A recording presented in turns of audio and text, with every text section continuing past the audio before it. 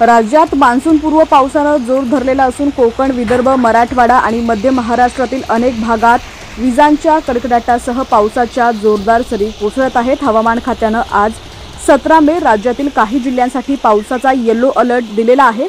आता कोणकोणते हे जिल्हे आहेत पाहूयात। त्याआधी तुम्ही HPN मराठी न्यूज चॅनल पहिल्यांदाच पाहत असाल आणि अजूनही चॅनलला सबस्क्राइब केलेलं नसेल तर नक्की सबस्क्राइब करा, जेणेकरून आमचे अपडेट्स लवकरात लवकर तुमच्यापर्यंत पोहोचतील। विदर्भातील वर्धा, यवतमाळ आणि चंद्रपूर जिल्ह्यासाठी ऑरेंज अलर्ट जाहीर केलाय।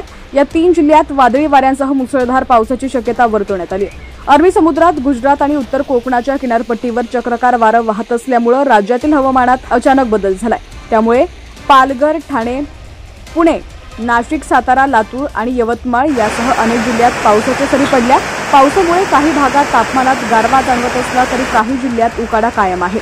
शुक्रवारी सकाळपर्यंत 24 तासात चंद्रपूरमध्ये राज्यातील सर्वाधिक म्हणजे 43 अंश सेल्सिअस तापमान नोंदवलं गेले, तर ब्रह्मपुरीत 42 अंश तापमानाची नोंद झाली। अकोला, अमरावती, गोंदिया आणि गडचिरोली या भागातही तापमान 38 अंशाच्या पुढे गेले।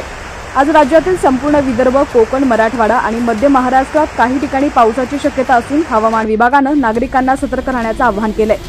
विशेषतः वर्धा, यवतमाळ आणि चंद्रपूरमध्ये वादळी वारे आणि मुसळधार पावसाचा धोका लक्षात घेता नागरिकांनी सुरक्षित ठिकाणी थांबावं आणि अनावश्यक प्रवास टाळावा असं आवाहन देखील करण्यात आलंय। नाशिक, अहिल्यानगर, पुणे, सातारा, सोलापूर, लातूर, परभणी, नांदेड, बुलढाणा, अकोला, अमरावती, गोंदिया, गडचिरोली या जिल्ह्यांमध्ये मुसळधार पावसाचा अलर्ट देण्यात आलाय।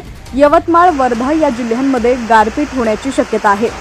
दरम्यान नैऋत्य मोसमी वाऱ्यांनी गुरुवारी 15 मे दक्षिण अरबी समुद्र, मालदीवच्या काही भागात आणि श्रीलंकेच्या किनारपट्टीपर्यंत प्रगती केलेली असून अंदमान बेटांवरही मान्सून सक्रिय आहे। मात्र शुक्रवारी मान्सूनची पुढील प्रगती स्थिर राहिल्याचं हवामान खात्यानं स्पष्ट केलंय। पुढील 2 दिवसात अरबी समुद्र, मालदीव, कोमोरिन प्रदेश आणि बंगालच्या उपसागरातील काही भागांमध्ये तसंच संपूर्ण अंदमान बेटांवर मान्सूनची पुढील वाटचाल होण्याची शक्यता आहे।